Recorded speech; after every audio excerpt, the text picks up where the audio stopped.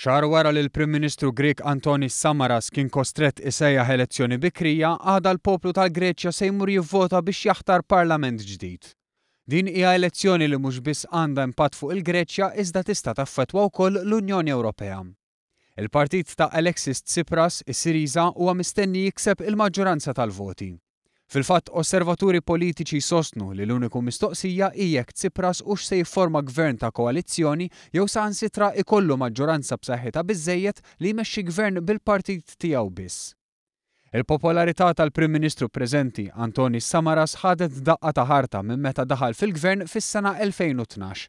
Dan kawża ta' programm ta' awsterità impost mill-kredituri tat-Trojka. Il-Trojka hija magħmula minn membri taż-żona euro, il-Bank Ċentrali Ewropew u l-Fond Monetarju Internazzjonali. Minkejja li wara dan il-programm kien hemm xi kisbiet ekonomiċi, il-qatt baqa' f'livelli għoljin ħafna u l-ekonomija tal-Greċja għadha qed bagħti. Tsipras ikkampanja b'qawwa kontra l-miżura ta' awsterità u qal li jrid jinnegozja mill-ġdid il-pis ta' dejn qawwi li għandha l-Greċja. Xi ħaġa li tista' ma tantx tintlaqa' tajjeb minn pajjiżi bħal Ġermanja li jistgħu jirrifjutaw li jinnegozjaw mill-ġdid.